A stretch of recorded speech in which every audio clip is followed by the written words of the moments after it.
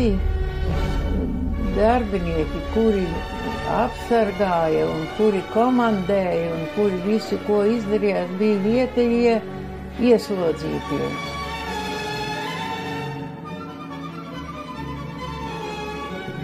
Vienalga kādas tautības, tur visas tautības satikās, bet visi ieslodzītie. Mēs neredzējām nevienu vāciešu.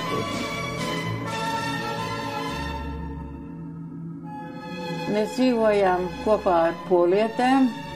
Mēs bijām apmēram pie 100, kas bija paņemti no Latvijas, un apmēram 400 poliešu.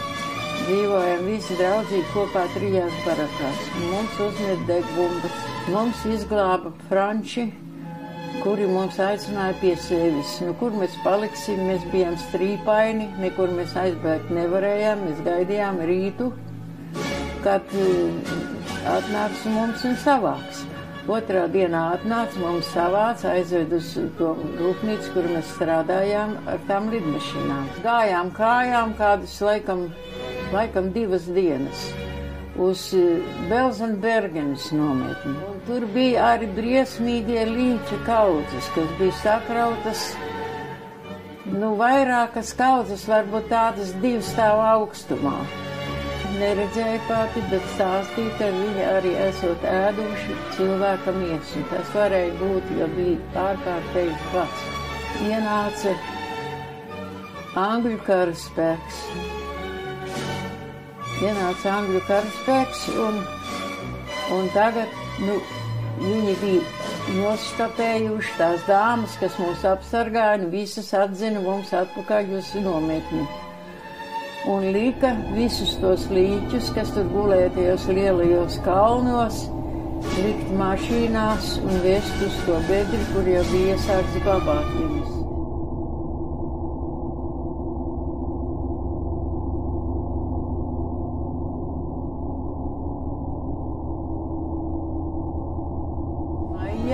Mums bija tā brīvība, kad šāva gaisā, mēs domājam, ap šausmas atkal karš sākās, bet tā bija tā brīvība, ka mums bija dota, kad mēs esam brīvi.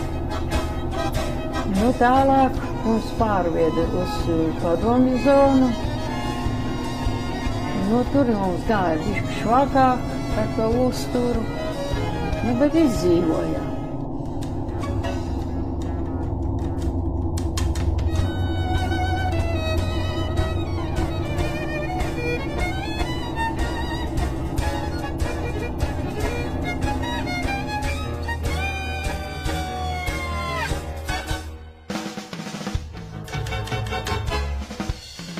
Kad es biju Salaspilī, visu darīja latvieši, visi šāva un visu dedzinātie bija tikai latvieši. Vācieši iebrauc, paskatījās, varbūt deva rīkojumus, protams, ka tā noteikti bija.